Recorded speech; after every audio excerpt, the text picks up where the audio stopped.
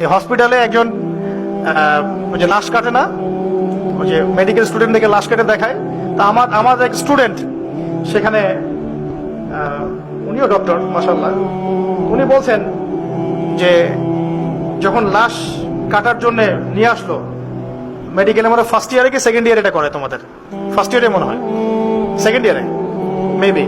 তো এই লাশটা ছিল একটা মেয়ের লাশ, আর যারা উপর থেকে দেখছে, এটা তো কাটা অনেকেই দেখে, স্টুডেন্ট তো অনেক, সবাই তো কাছে আসতে পারে না, অনেকে দূর থেকে দেখতেছে। যে টিচার এই কাজটা করতেছে, সেই টিচারটা করতে গিয়ে মাথাটা এখানে কিন্তু খুলে ফেলে, কিছু একটা দিয়ে আঘাত করে খুলে ফেলে।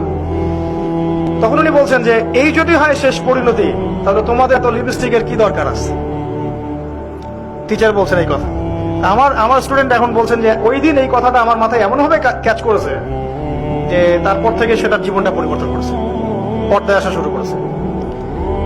একটা মেয়ের যদি জীবনের শেষ অবস্থা এই হয়, তাহলে এই বেপর্দামের কি দাম আছে? এই ফ্যাশন শো, এই বিউটি কন্টেস্ট, এই লিপস্টিক, এই স্নো পাউডার ইত্যাদি লাগাই যে বাইরে ঘুরতেছে, এটার কি দরকার আছে? ওই স্যার এই দাওয়াতটা দিয়েছিল তার ছাত্রীদেরকে, তাদের মধ্যে অনেকে হেদায়েত হয়ে গেছে আলহামদুলিল্লাহ।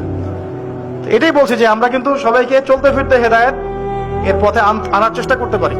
আল্লাহ পাক আমাদের সবাইকে তৌফিক দান করুন, আমিন।